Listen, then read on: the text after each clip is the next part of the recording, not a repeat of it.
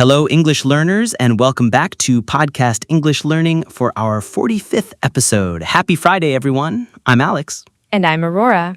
For today's very creative and fun lesson, we highly recommend using headphones. It will help you catch the nuances of the colorful, figurative language we'll be exploring today. Today, we are diving headfirst into the world of idioms.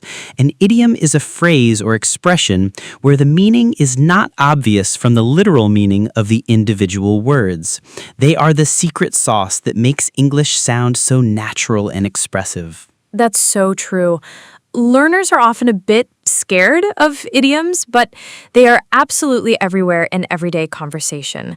Learning them is one of the best ways to take your English from good to great. To make it easier, we're going to focus on one specific category today, idioms related to the body parts. In this very detailed masterclass, we will give you a complete guide to these phrases. We're going to have a conversation about a friend who is planning a wedding, and we will naturally use a huge number of these body part idioms. After our conversation, we will have an extensive language takeaway section to define and give examples for each one. In our strategy corner, we'll discuss the best ways to learn and remember idioms. And of course, we'll feature one of our amazing listeners in our comment spotlight. This is your complete guide to mastering some of the most common idioms in English. Let's get started. Hey, Aurora, have you heard from our friend Sarah recently? The one who's getting married next month. Oh, I spoke to her yesterday. She is completely tearing her hair out. She said the wedding planning has become a real pain in the neck. I can imagine. Planning a big event like that is so stressful. What's the main problem? Well, for a start, the venue she booked costs an arm and a leg. It's much more expensive than she originally thought. Between that and the florist, she said she was about to get cold feet about the whole thing. No way! She was thinking of calling it off? Just for a second, she was just overwhelmed. But her fiancé, Tom, is wonderful. He's been giving her a shoulder to cry on and helping with all the planning. He's got a good head on his shoulders. That's good to hear.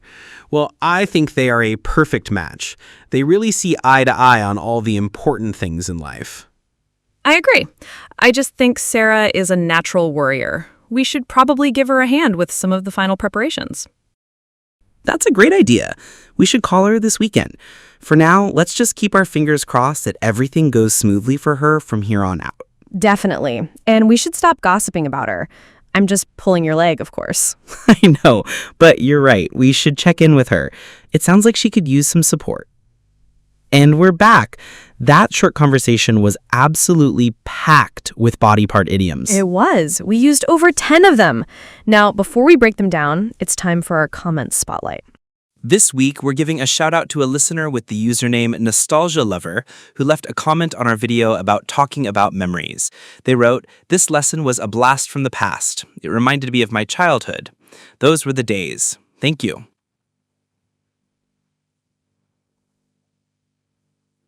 Nostalgia Lover, thank you for your wonderful comment. We love that you use the idioms from the lesson in your comment. That is the absolute best way to practice. We're so glad the lesson brought back some fond memories for you. Now, let's break down all those key idioms from our dialogue. It's time for the language takeaway. Let's categorize them by body part.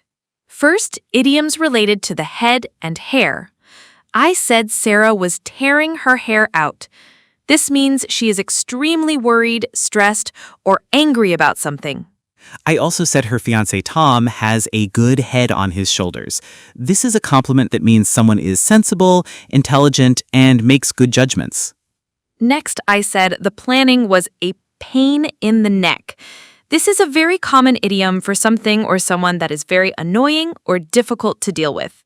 Now for the arms and hands. I said the venue costs an arm and a leg. This means it is extremely expensive. You also suggested we give her a hand.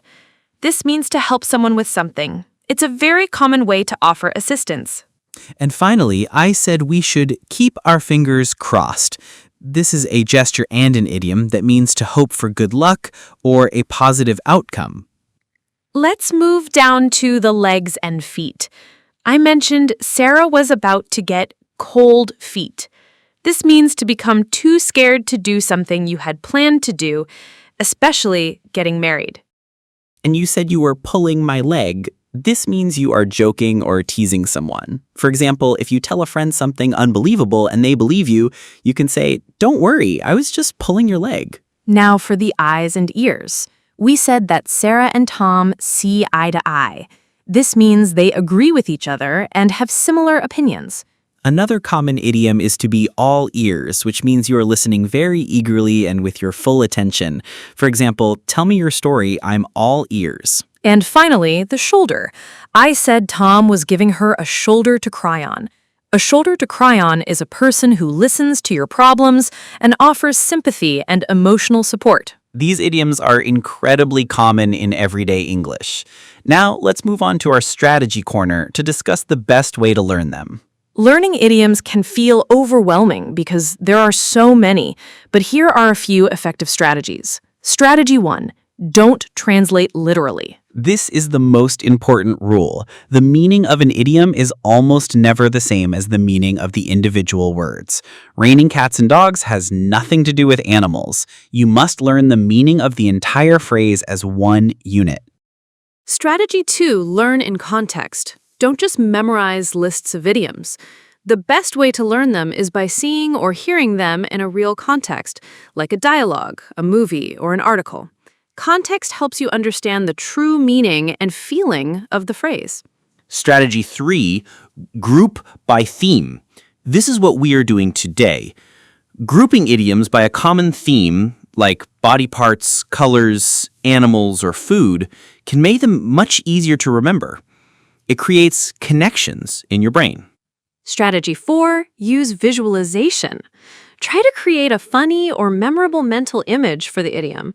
For costs an arm and a leg, you can literally imagine someone at a shop handing over their arm to pay for a very expensive watch. This crazy image will help you remember the meaning. And strategy 5, start small. Don't try to learn 50 idioms in one day. Choose just 2 or 3 idioms each week. Write them down and actively try to use them in a sentence when you're practicing your speaking or writing. These strategies will make the process of learning idioms fun and much more effective. Now let's build your fluency by showing how idioms can upgrade your language. Welcome back to Fluency Builder. Let's look at some before and after examples. Instead of saying, "The situation is very annoying," you can use an idiom and say, "This situation is a real pain in the neck." It's much more expressive. Instead of saying, "I hope you have good luck on your exam," you can say, "Good luck on your exam. I'll be keeping my fingers crossed for you." Instead of saying, "He is very sensible and intelligent," you can compliment him by saying, "He has a good head on his shoulders." And instead of saying, "Are you serious or are you joking?" you can ask, "Are you being serious or are you just pulling my leg?" You can see how using idioms in these situations makes the language more colorful, natural, and fluent. Now you are ready. Let's listen to our full conversation one last time. Hey, Aurora, have you heard from our friend Sarah recently? The one who's getting married next month. Oh, I spoke to her yesterday. She is completely tearing her hair out.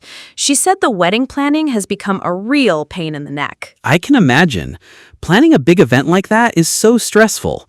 What's the main problem? Oh, I distinctly remember spending hours making mixtapes for my friends.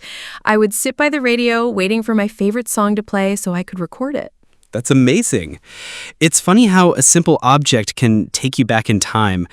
Back in the day, we thought this was the peak of technology. I know, and now it looks like a museum piece. It makes me feel so nostalgic for the simplicity of that time. Those were the days, weren't they? They really were. We used to spend all our afternoons playing outside, riding our bikes until the streetlights came on. That's so true. I have so many fond memories of building forts in the woods behind my house. It feels like it was just yesterday.